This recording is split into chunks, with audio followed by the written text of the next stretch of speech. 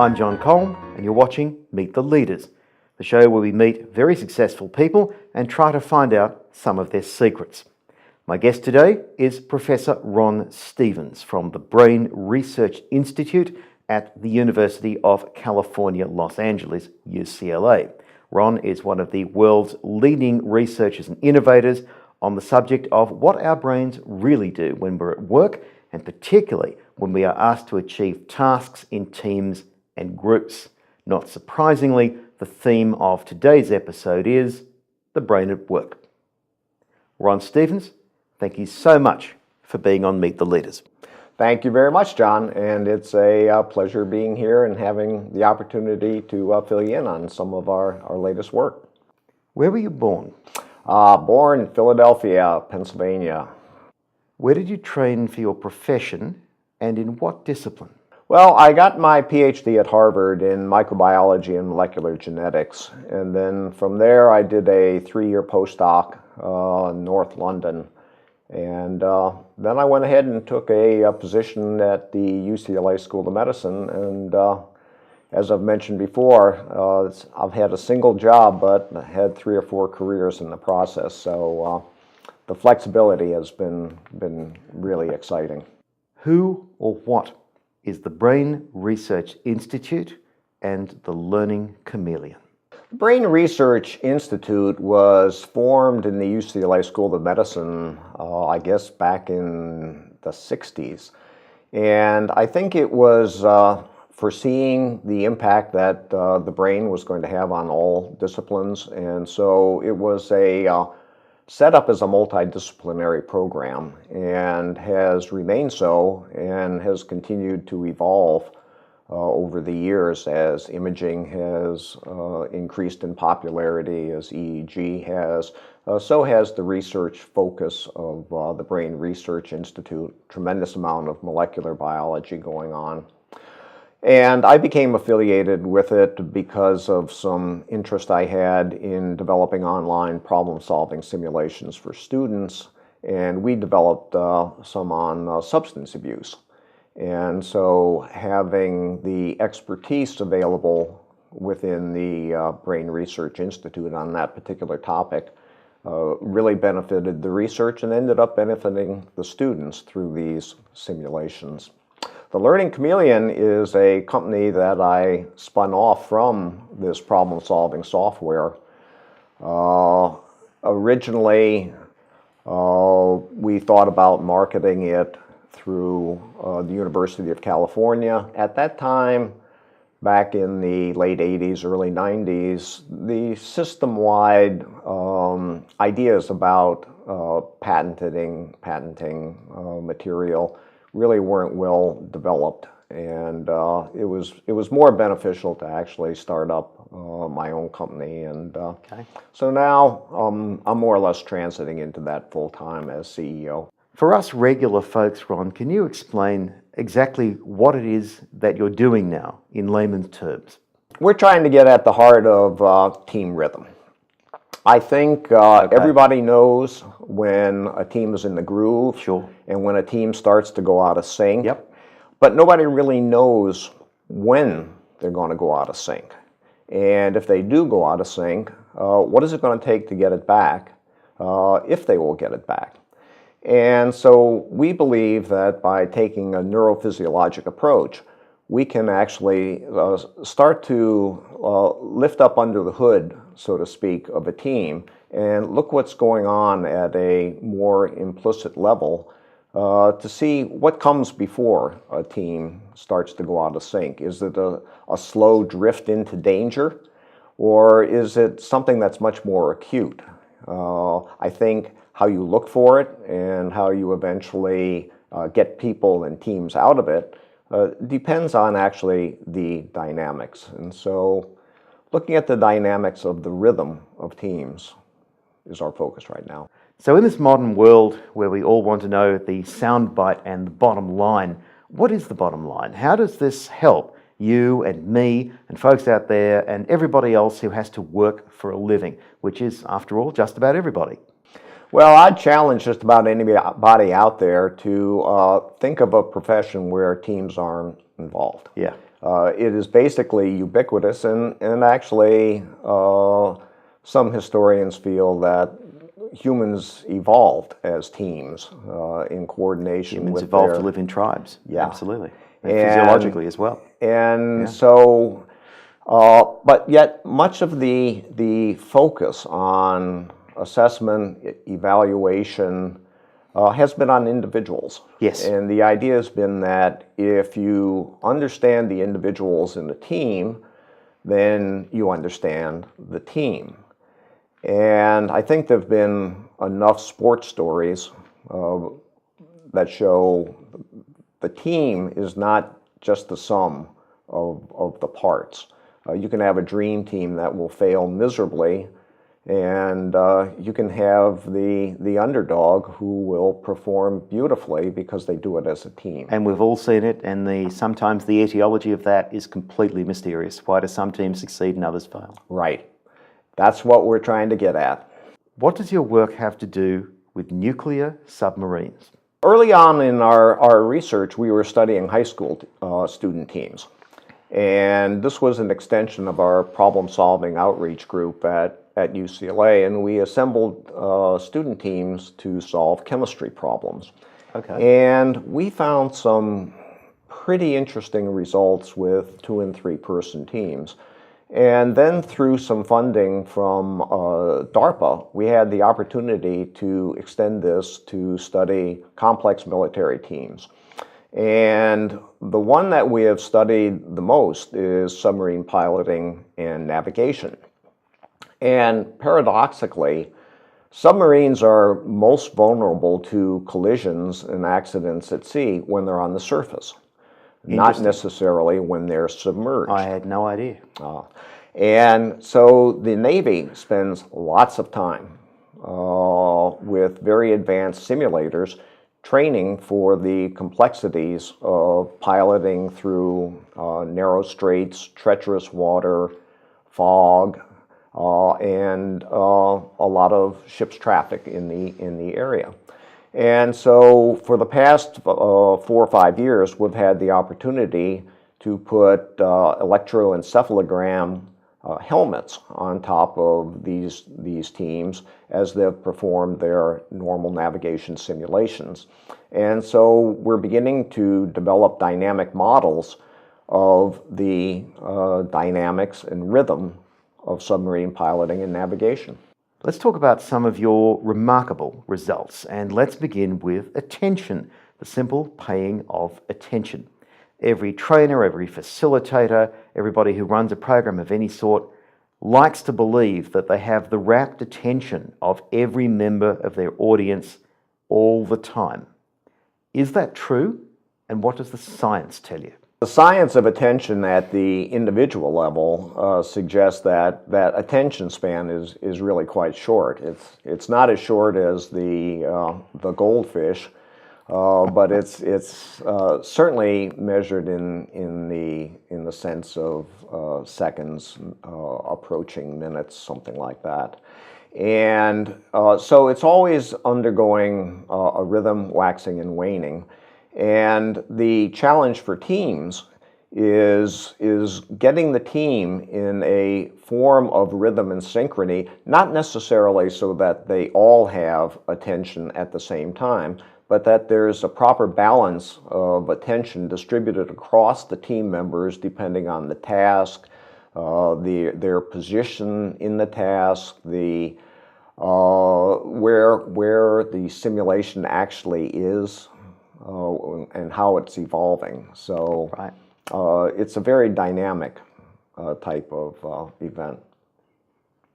But they're pretty wrong. I mean, we're pretty wrong when we kid ourselves that we have people's rapt attention for 100% of the people 100% of the time, no matter how highly we think of ourselves as presenters and trainers and facilitators. Would that be a fair comment on the science? I think that's a very fair comment on the science. It's overly optimistic to think that everybody is going to be paying complete attention to you at any particular point in time. Right. And that's of course where my interest comes in, and how do you maximize that learning uptake and that long-term productivity benefit? And it's certainly not sitting in a classroom. It is most certainly not sitting in a classroom. There has to be more dynamic events that the brain can begin to associate with the learning event. Early on in our careers, I think it's true for most of us that we've all been sent on trainings and seminars and team sessions and things of that nature, and a lot of the time we frankly have derived very little benefit and we've been bored to death. And yet the funny thing is, later on in our career, as we get to senior positions, we're the ones who are deciding about these retreats and trainings and so forth, and we send people on those retreats and trainings, and somehow we hope that it's all magically changed in the intervening time and that they'll actually get benefit. But what can the science tell us about the types of trainings and the types of developments that we should be sending our people on? Well, I think it takes an appreciation of the context within which a team performs, and I think it's very important that you actually give the team a challenge that is up to their skill level and that actually pushes them somewhat. Right. We have this sweet spot of teamwork, as we describe it, where they can be either in a very random state in which they're very flexible, but they really don't get anything done. Now we're getting to it, yeah. Or they can be very, very organized, but they can be so organized that they're blocked or have tunnel vision. So somewhere in between, there is this sweet spot. Now, if we keep the task constant, we find that experts are up at the top of the sweet spot, and you have novices down here, and you have experienced novices over here who know enough to focus on something and get blocked, as opposed to being random. This whole curve and the relationship changes once you change the context of the problem.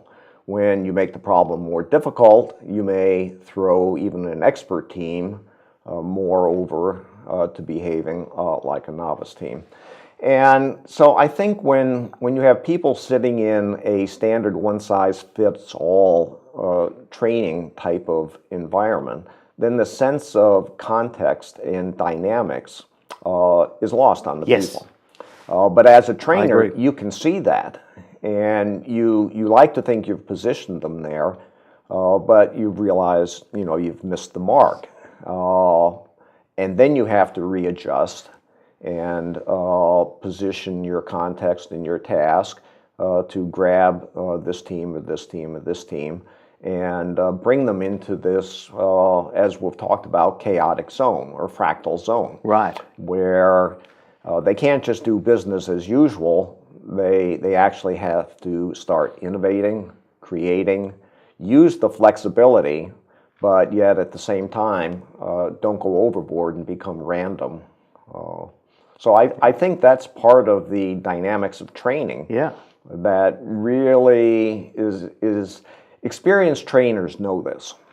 But I think there's a lot of people doing training out there who don't necessarily have the experience or the background to appreciate these dynamics. And that's part of our goal, our mutual goal here, is to actually bring these types of dynamics into the training environments. Right. And the fascinating thing to me is that the research you're spearheading, which is world leading, lets us look into the machine. It lets us look right into the actual human brain and see the truth. Looking at the brain has a lot of advantages. First, speed.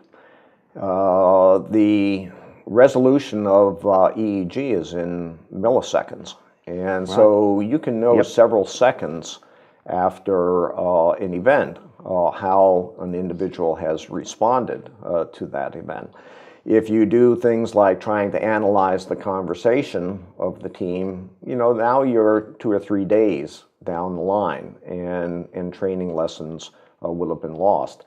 There's also some selectivity that's involved. So with EEG, we can use markers for attention, and we can look at how the team is paying attention at a particular point in time. And we can also collect markers for workload. Right. And so we can see how hard they're working. And again, these are two different constructs that are very difficult to determine observationally in teams. Now, one of the Right. advantages of EEG is you can now start to envisage somewhere down the future that you have libraries of these. You have engagement, you have workload, you Yes. have metacognition. So you can establish what psychologists would call norms. Right. Right. And you can actually begin to study these norms independently. When you study conversation, which is the gold standard, there's a lot of filtering that goes down from what goes through somebody's head till it actually comes out. And that involves workload, engagement, metacognition. Well, we can start to tease these apart in the brain. So you have speed, you have selectivity, a lot of advantages to using these types of technologies. The research you're doing is groundbreaking and world-leading. But if you look across the full scope of all the research you and your team are doing at UCLA and Learning Chameleon, what is the single most interesting thing that your group is working on right now? This is a hard one because we actually have a whole stack full of exciting results. I think with the dynamics right now, what we're particularly interested in is how do teams ramp up together as a team. Just about every teaming situation that we've studied, when you put the individuals together with the task, it will take them 2, 3, 4, sometimes as many as 5 minutes before they begin to get in the groove and start working smoothly as a team. It takes them that long to find their rhythm. But being able to find their rhythm means we can begin to see when the rhythm goes. Right. And how a team begins to drift into danger or drift into failure. What are the symptoms? I see. So you can actually satisfy practically Colin Powell's famous dictum. He always used to say he would select leaders for the ability to see around corners. Are you saying you can get a good sense of what might be coming next? Yeah. And actually one of the exciting results to come out of our studies with team results here has been we got a new glimpse of a marker on anticipation. Okay. In some of these simulations that we were doing, we could actually see neurodynamically when the team was anticipating hitting a target. And so they are gearing the mental machinery as a team to actually hit the target. We haven't really seen this type of dynamics before. And so that's particularly exciting for us. That, I think, could have a lot of applications and implications. Well, let's hope so. When you look at some of the silliness that's out there that passes for team training, things that should have gone out of fashion decades ago, bicycle building, juggling, when you look across the full scope of that, do you think that science, real science, is taken seriously enough in industry and in government? And if not, what can be done about it? This is a complex, I'd say, sociological problem, Right. And it's not all that different from work that I've done with school districts in designing online problem-solving assessments.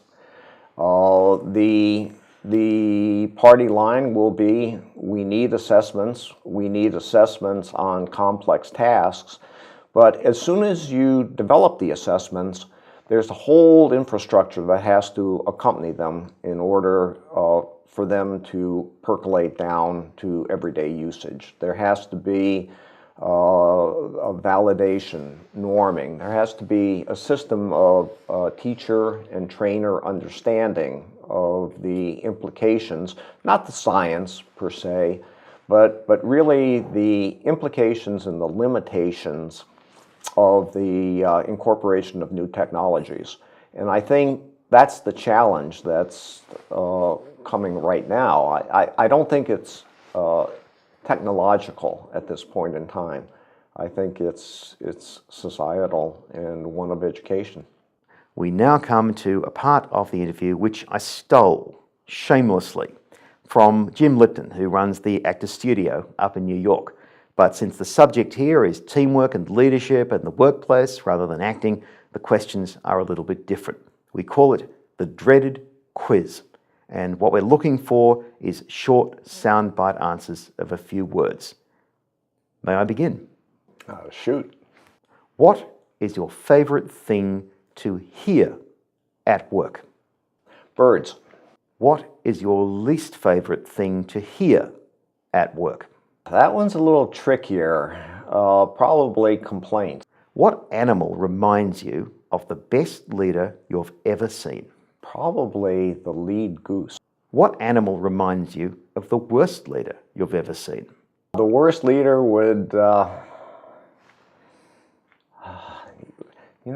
that's a hard one because I have a wonderful capability of forgetting, and I can't pick that one out. What would someone have to do at work to really impress you? Be independent. What is your favorite quote? They set a slam hound on his tail in New Delhi and slotted it into his pheromones and hair color. And what is the big message there for you? That was actually a quote from a William Gibson novel, and that one and some of his work more or less got me into the area of bioinformatics. And lastly, Ron, on the day when you finally hang it up and quit working, if that day ever comes, what is the nicest thing anybody could say about you? Don't know, I haven't thought about that. My wife always says they're going to have to take me out and shoot me. That's the only way they'll get me out of work. Ron Stevens, thank you so much for being on Meet the Leaders. Thank you very much. This is very enjoyable.